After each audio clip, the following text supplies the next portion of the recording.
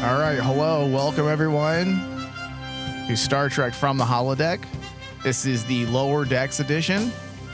We are currently circling Deep Space Nine because we are in awe of the pylons. I'm trying not to cry. David is reading an Orion holonovel, the kind with boobs on the cover, while I'm circling the ship.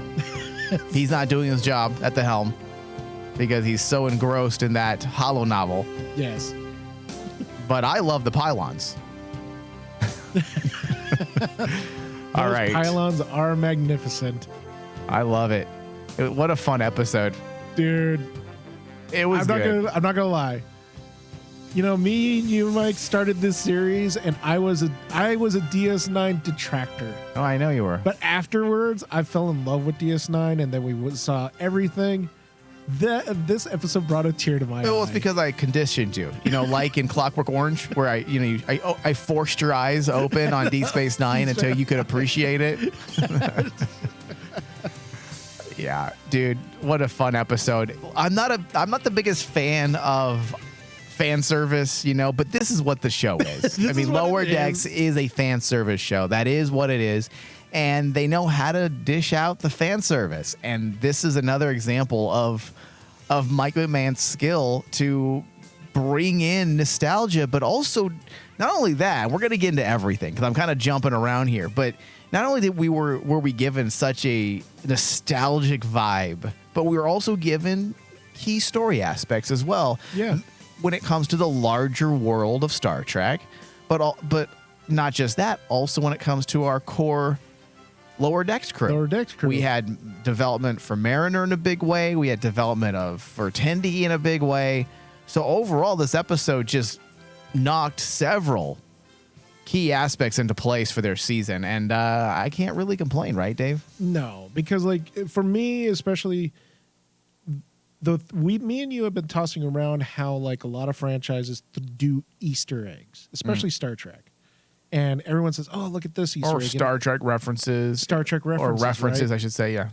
I think that this episode is truly how they should do Star Trek references. Because Mike McMahon was not just able to give us a story of Lower Decks, but in a way, he gave us a episode that felt like it belonged in DS9 universe. Yeah. And... you know, he's an adaptable writer. He's a very adaptable writer, and he's able to actually cross those type of vibes is amazing. Well, I mean, David, that's what made this episode special. It's because Mike McMahon is a true Star Trek fan. He isn't just a fan of one thing, because that's been my problem with a lot of, not just with the Star Trek fandom, but a lot of fandoms that have been around for a long time, like Star Wars, Marvel stuff. What you could point to numerous IPs that have been around a long time. What was that noise? That was me. Oh, okay. I thought it was my dog. I was gonna that she squealed. What was I saying, David? You distracted me over there. With, what was that? A straw? No, that was me coughing. Oh! I thought it was a straw, like scraping out of a cup. I'm like, wow. Am I that boring right now? No. I was that emotional about thinking about DS9. Oh, I don't even remember what I was saying. IPs and different people that... Okay, Mike McMahon. That's what I was talking about. So Mike McMahon is what I always want our directors and writers to be. They actually understand the entirety of a property, of a franchise, and not just moments. Like, for example, my biggest problem with Picard was that I didn't feel like the showrunner at the time for season 1... what's his name? Shaban. I didn't feel like Mike Shaban actually understood the world of Star Trek. And he did it I don't even think he watched all the other Star Trek shows. Nor did he feel like he watched TNG in itself. It seemed like he had a basic understanding of TNG and of Picard. Like, for example, Picard from the movies, the high points, the PTSD from the Borg invasion and his assimilation, stuff like that. Key highlights that most people know within the mainstream. Whereas Mike McMahon is what a lot of us fans want our creators to be, a true fan of the property, and not just a small section of the property, but all of its vastness. Yes. And that's why he's able to delve into these different episodes from week to week and give us a little bit of those nostalgic references from different iterations of Star Trek throughout the decades. And every time it hits, and it hits in a way that could only be successful if the person writing and running the show understands it. Yes. And that's why this episode works. Oh, yeah. I mean, you could tell that Mike McMahon, I think this is like the pinnacle of him showing he understands what Star Trek is, but not just that, he knows the differences between every single series. Yep. And I think at this point, Dave, a lot of people know how I feel about Deep Space Nine. And I mean, the reason why I was looking forward to this episode when it was rumored that there would be a DS9-centric episode this season, the reason why I was looking forward to watching was because I consider Deep Space Nine probably this might be blasphemous to some people, but I consider it the most consistently well-written series across the board, especially after season 3. Maybe even midpoint of season 3. The show just fell together when Ira Burr, what's his name? Stephen Ira Burr. When Stephen Ira Burr took over as showrunner, the show just found itself and it just worked. And from then on, it just became such a well-oiled machine and had some of the best character moments in all of Star Trek, some of the best intricately designed narratives that just mapped out the world of Star Trek in really big ways. They took broad strokes, they took small strokes. Nothing was off limits in the world of Deep Space Nine. Yeah, and especially like some of those moments were arguably the most emotionally impactful. Controversial. And that's one of the problems that a lot of people had with Deep Space Nine was that controversy, because there were people saying what a lot of people are saying about the Kurtzman era. Oh, it's not Star Trek. They're throwing out the Gene Roddenberry playbook. But this is a Trek series, Deep Space Nine, that uses the finesse of what Trek represents as a scalpel to dissect the human condition. That's what Deep Space Nine did the right way. During time of war, things that we didn't see in Star Trek, when paranoia and fear would logically run rampant. That's what Deep Space Nine did. It still told stories pertaining to the human condition, but it threw the human condition into the chaos of war. Yes. That's where the show went down a very different route, where the Federation ideals were being challenged in order to prove Roddenberry's thesis correct. And that's what I've always said, David. We said this when we were talking about Discovery. Sometimes it may look like a showrunner or a writer is just disregarding Gene Roddenberry's original vision. And there's been some moments where I might agree with that in the Kurtzman era. But for the most part, I've agreed with what they've done, because it's not about doing the same thing, rinse and repeat. It's about doing other stories that weren't possible in years past. And it may look like you're just disregarding the playbook, but in all actuality, what you're doing is you're challenging it so you can prove that it actually works. You're bending the rules. You're bending the rules to prove that Roddenberry's idea of this future and optimism actually can work. Yes. I, for one, have always loved that Deep Space Nine did that. And this episode, when analyzing the DS9 aspects, was satisfyingly ambiguous. It was. Mike McMahon and his writers did a good job. This is my other hesitation going in. They did a good job walking the line of ambiguity, giving the viewer just enough to feel satisfied without getting into the dangerous territory. And when I say dangerous territory, I'm talking about Cisco. Yes. And even the founders themselves and the Dominion. Like, I don't feel like we should learn about what happened to the Dominion, the founders, and Cisco in an episode of Holodeck. So what did they do? They found a story that was focused on Kira, which we all already had those assumptions. Yes. Based on the ending of Deep Space Nine, that Kira would be in charge of the station. And the Bajoran government would have taken over DS9. Correct. And Quark was going to be still on the station. We just didn't know that Quark would actually be so freaking successful. Yeah. I mean, come on. You find out in this one, we finally, all the hints that we've had about Quark, especially in Picard, about like all the restaurants that basically the chain that he created, and you finally get confirmation that, yeah, he owns all those franchises He owns 21 franchises. 21 franchises. 21 franchises. I like that because, so we got a little bit on Deep Space Nine, right? We had Kira being a colonel now. She's in charge of the station. Yeah. And then Quark's bar. But also, I love how they connected the dots from the new era as well, because in Picard season 1, they introduced the idea of this Quark franchise. At least we had assumed. Yes. Because we saw a Quark's bar. Quark's bar. And then we saw another version of Quark's bar, I want to say in season 1 of Lower Decks. Yes. So we had and they were both on different planets. So we were already saying, okay, so Quark has a franchise of some sorts. He made it big. He even had pull, because didn't they use him by name in the first season that they spoke to Quark in order for them to meet with some criminal organization on that planet? Remember where 709 blows away her ex-lover? Yes. It was that episode. It was that episode. So we knew Quark had landed it big, and here we have that confirmation. So I love that not only was this like a bit of a sequel to the Deep Space Nine era, but also it's following up on things they set up just a couple years ago. Mm-hmm. And that's the beautiful thing, is kind of like, it's doing stuff like this. They didn't have to overdo it. No. But all they did was just basically confirm little things and kind of confirm like what we all figured what happened to the station of DS9 after the Dominion War. At that point, at the end of the Dominion War, it was going to be taken over by the Bajorans, and most likely it was going to be kind of like this historic landmark that had the wormhole, and that was it, because there was no conflict anymore.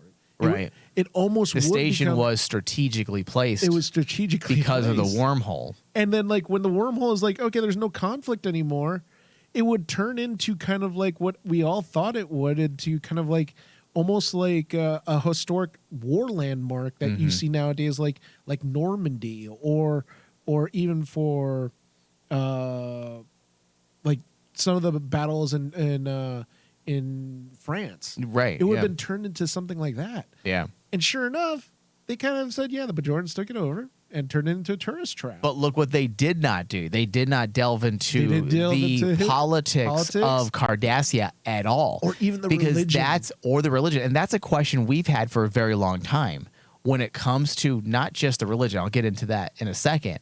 But the Cardassia, we know in the final episodes that they finally made a commitment to become a very different type of Cardassia. Yeah. And we, of course, have no idea how that turned out. Now, if you look at Star Trek Discovery, that now takes place close to 1,000 years in the future, we know that the very president of the Federation is half Cardassian. Yes. So we obviously know at some point Cardassia becomes, fully integrated within the Federation to some degree.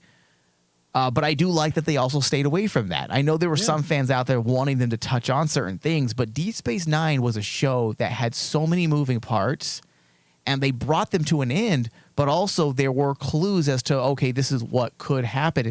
And you got to be careful in Lower Decks, because Lower Decks is canon, so there's no room for error. And you don't want to change the tone. That's why I thought one of the coolest moments when it came to, referring to even the Cardassian background of DS9 was actually when Shax looks at it and calls it a tacky Cardassian fascist eyesore. Yeah, I love it. And I'm like going, you know what? I give Shax a lot of praise, because he's Bajoran. He would probably actually look at that, and yeah, a lot of Bajorans probably look at that DS9 as like, you're not forgetting, what decades of there. enslavement, even though 20 years has gone by. Exactly. Yeah, you're still gonna have your problems with Cardassians, but that's one thing that I liked as well, is that the pairing of Kira and Shax, which just makes sense. Was funny. It was so funny, the back and forth between them about who saved who and who owed who was such a funny parody of so many of Kira's relationships in Deep Space Nine, because every time someone from her past showed up, they immediately would talk about the war and how so-and-so saved their lives. No, you saved my life. So the fact that they played on that and made it fucking funny, dude, it was so on point. It was good. It was like funny too, because watching this episode reminded me of those little elements of DS9 that we kind of overlook, and it becomes part of, like, because they're not funny in themselves. They're not funny into themselves, but when you actually have this time now to actually take a step back and say, yeah, that always happened. Yeah. Well, that's why I laughed when they made fun of how Jake and Nog used to hang their feet off the my promenade. God, yes. Dude, I was fucking dying. I have not. Remember, I was saying a couple episodes ago that I have not had that episode where I laugh out loud yet this season. Well, it finally happened when all you see is Rutherford's legs dangling, and he's all, "I want to hang my legs off the promenade." And I'm like, going, talk about what journalists. He was talking about something about Jake. Yes. Something about talking about the latest journalistic entry I'm writing or something to that effect. It was so fucking good. Yes. And I think the best part, that goes to show you how masterful Mike McMahon is over comedy, because you have to think what would be funny in a scene like this. And if we saw all of Rutherford, it wouldn't be as funny. But the fact that we have the virtual camera, the animation focused on Tendi and the other Orion, and they only make sure we see just the feet of Rutherford, that's what makes it that much more funny. Yes. And especially, Rutherford, I feel, was like a MVP for comedy in this one, because He was us. He was us. He was us. He was all the He fans. was the viewer. Yes. You cannot tell me if DS9 was real. And Well, even us watching the episode. Yeah. And we were like going, would you not be like Rutherford, jumping around going, I want to go everywhere.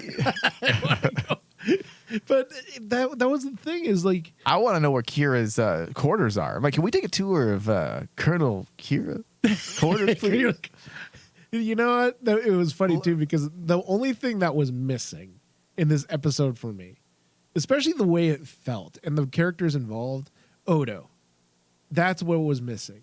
Yeah, me, but understandably. It was understandable. Yeah. But dude, at the end of the episode, I was waiting for, it's almost like reflexively, because of how many DS9 episodes where it's a Quark-centric episode, and the very end, when you find out that Quark is basically the problem of everything, Odo has to chime in and says, why am I not surprised? Yeah. They did mention Smiley. Yes. Chief O'Brien's alter ego from the Mirror Universe. Which is good. Alter ego? No, it'd be what? Doppelganger? Doppelganger. Yeah. It was a doppelganger. So they were hitting on those classical DS9 moments. People don't really gravitate to the DS9 jokes more. I would say Star Trek fans more or less lean to the original series and TNG for our jokes. But listen, there's definitely Deep Space Nine ones, and Smiley's probably up there. Yes. Jake dangling his feet from the promenade is definitely one, and then Kira and Jax, their little interplay was also one of those things. Another thing that I thought was fucking funny was how they brought attention to the lunacy of Quark's bar in the first place. When Ransom said, when he brought up the obvious and said, when he mentioned about buying drinks, he's like, why are you doing this when you can replicate them? Yes. And that is a question, David, that I have had since TNG with 10 Forward. Why is everybody hanging out ordering drinks? Like, you guys all have replicators. Like, this isn't a thing. Now, in the 10 Forward, you can probably justify it a little differently. Like, okay, it's just a place where people can peruse and chill and congregate, and then they go to a bar to get their drinks where they get replicated. So that, okay, fine. Now, at Deep Space Nine, it also makes sense because they're not controlled by the Federation money. So Yes. That's why it does make sense. However, it doesn't answer the question about the replicator. Because doesn't everyone have access to a replicator? So why would you choose to pay for someone else to replicate your drink? Especially since the idea was, Quark can get illegal goods. Right. But if you have a replicator. Well, that's one thing that I did like. The fact that he did mention that these are his recipes. Yes. Now, if they're his recipes, then that would also justify why people would have him replicate their drinks. Meaning these things are not available on the regular replicator. So that would also make sense. But regardless, I know we're getting into very deep nerd territory here, but I will say regardless, I like how they touch on little things like that. It was fun. Oh, it was fun. And that's the thing. This episode is like, this is the proper episode where us as fans can just revel in. And basically, like, the one thing that I was cracked up at especially the very end, was actually when they were complaining of Boimler betting so much. And Boimler points out that he doesn't care about money. He was with the Federation. What the Federation doesn't need money. Yeah. Hey, and yet another episode where Boimler gets women. Yes. Like, what's up with it? What's happening? So not only did he have all the ladies around him at the Dabo table, but also Mariner's girlfriend's friends. Yes. We're all into Boimler. We're into Boimler. And I'm like, something's, I like this joke that they're slowly burning about Boimler. And how oblivious he is. Yeah. And I'm really digging it. I want to see what the punchline's going to be. The punchline is. Well, it's been like this since season 1. Remember, he had that super hot girlfriend allegedly that Mariner thought was, and she was an alien. And when she met the hot girl, she said "computer in program" because she, that's right. That was fucking hilarious, dude. I died laughing when she did that because I did not expect that, but it was like she was so in doubt that this hot girl was Boimler's girlfriend that she had to say computer in program just to make sure she wasn't in a holodeck. And then she thought that the girl was like this alien blood vampire that was gonna kill Boimler. Yeah, so they've been messing around with this Boimler thing for a while now, but they're really doubling down this season. Yeah.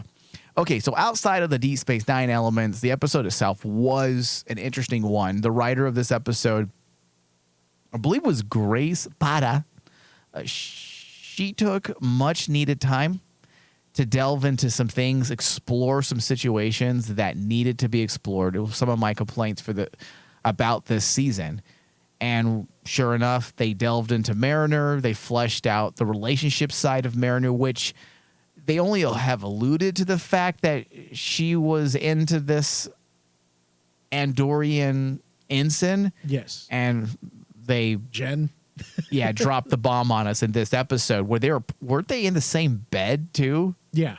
Yeah, so they're not playing around anymore. Now they're officially dating, and you got to see Mariner try to be someone very different in order to get along with her girlfriend's friends.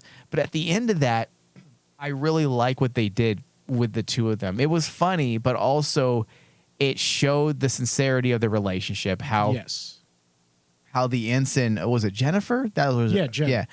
How Jen really did like Mariner, and how Mariner, she didn't expect Mariner to be anyone different. She's all, I invited you here because I know how you're going to act. You should act like the person you are.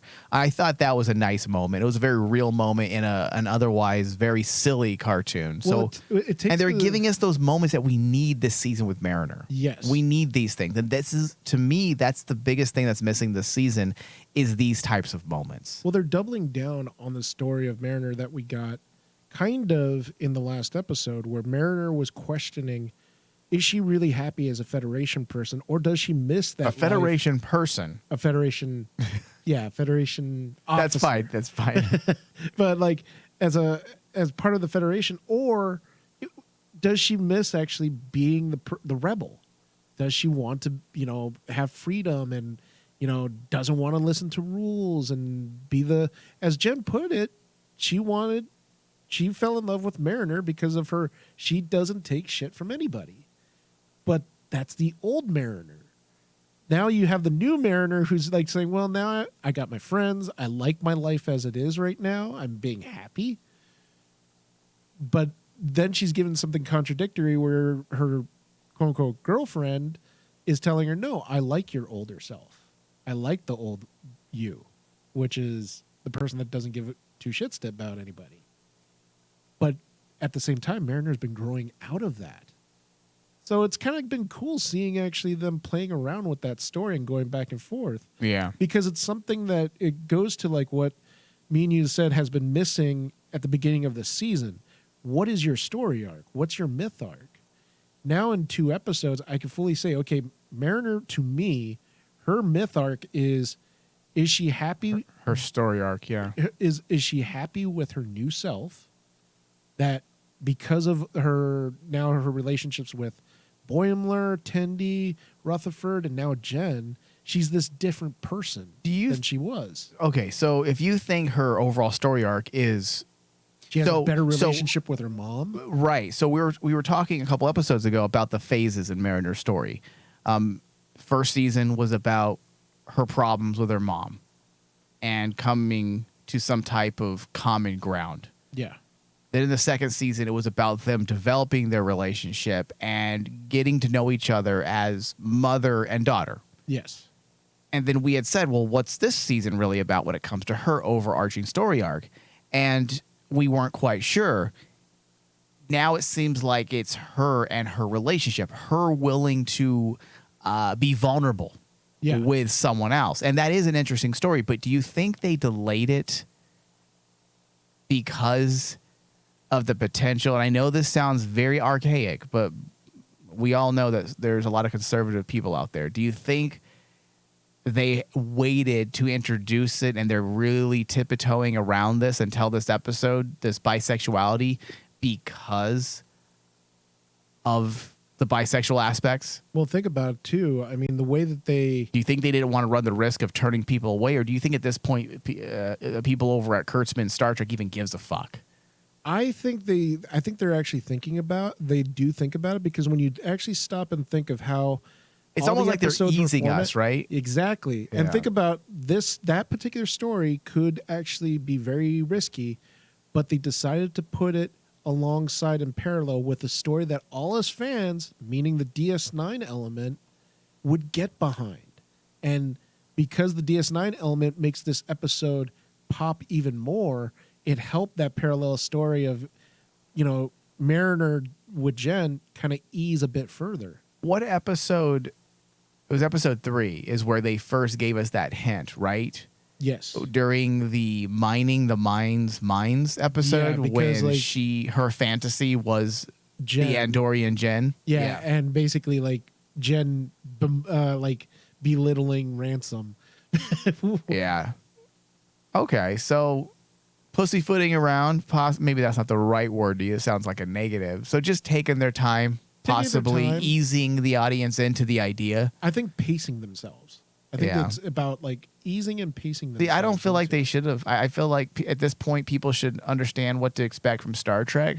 And even though I can appreciate, if that's the case, if I can appreciate that they don't want to rub the fans the wrong way with too many of these so-called liberal iterations. We know that a lot of people are complaining about the over-liberalized version of Star Trek during this Kurtzman era, which I don't agree with, but there is that argument. But if you think about it, Mike, look at they're paying attention to a lot of the other series, and Discovery was the bar setter. Everyone saw the amount of I'm not going to say negativity, but amount of trollish behavior that happened with Discovery, even though Discovery is a good show. So do you think the writers in this room are just more self-aware then? Yes. Okay. I really do think, especially Mike McMahon. He's smart. He's a smart writer. Well, most comics, if they're good at their job, they are funny men. If they're good at their job, they are self-aware. Yeah, they can read the room. Yeah. All right. So, David, outside of that, we learned a little bit more about Tendi and her rejection of her Orion ways. She may reject those ways, and she may not be happy with the way many people view her species, but at the end of the day, she knows how to get down as a pirate. Yes. And dude, I love that. I even love that. That was one of my favorite sequences. Yeah, where she basically took the key, the multi-key from Mesk, and you find out Mesk is just a poser. Yeah. David, pretty much everything in this episode that they did is what's been missing from the rest of the season. Yeah. All my problems that I've had with it, and that sounds so negative, all my problems. I'm enjoying this show. But the problems I started to have, they were all addressed in this episode. The things that were really funny, that made me laugh out loud, the funny scenarios that you can get behind that use Star Trek logic on top of the Mike McMahon style of comedy, like the Tendi aspect. It all just hit. And I will give this episode an 89%. I think that's a fair. I mean, I wanted to go a little higher, but the reason why I didn't was because I wanted to make sure my Deep Space Nine fanboyness was not interfering. Because my knee jerk was about a 93, but I don't think that's being fair or realistic. No, I don't think that's being fair with my grade. I think that would be skewed and insincere. So I'm going to go 89%. I will follow my fanboyism. Of course. And guess what? You said a 93.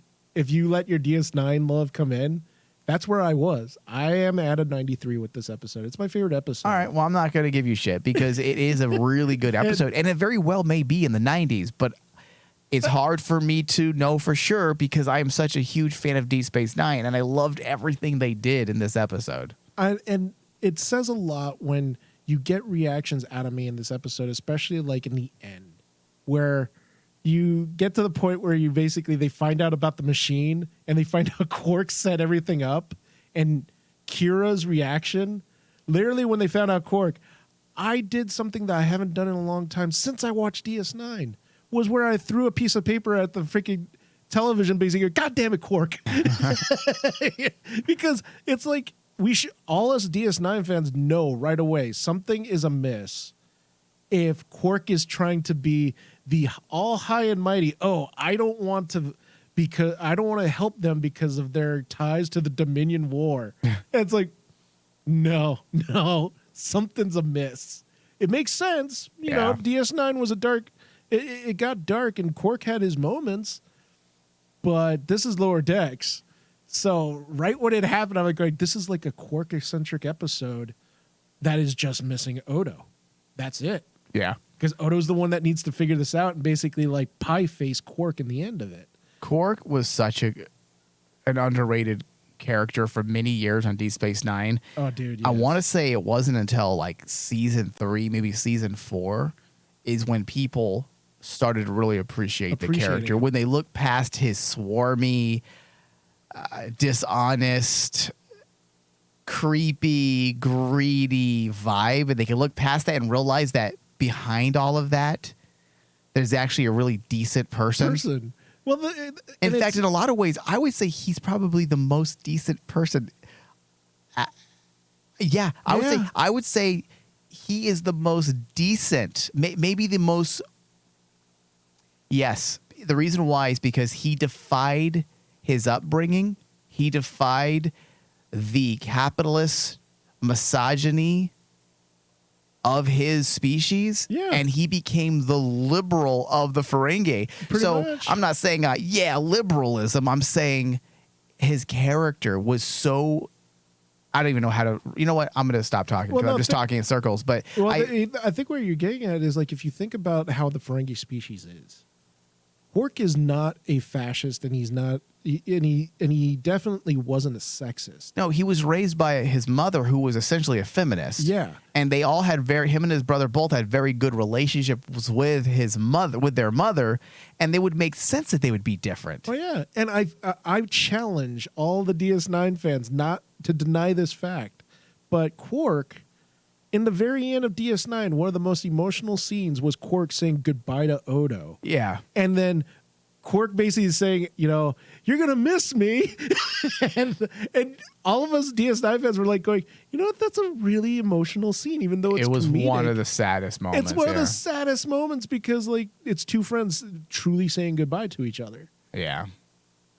All right. So this brings us to the end of our discussion. Hopefully people laughed with us. People agreed with us. And if not, then I'm sorry. We enjoyed the episode. David, thank you. Thank you. Live long and prosper.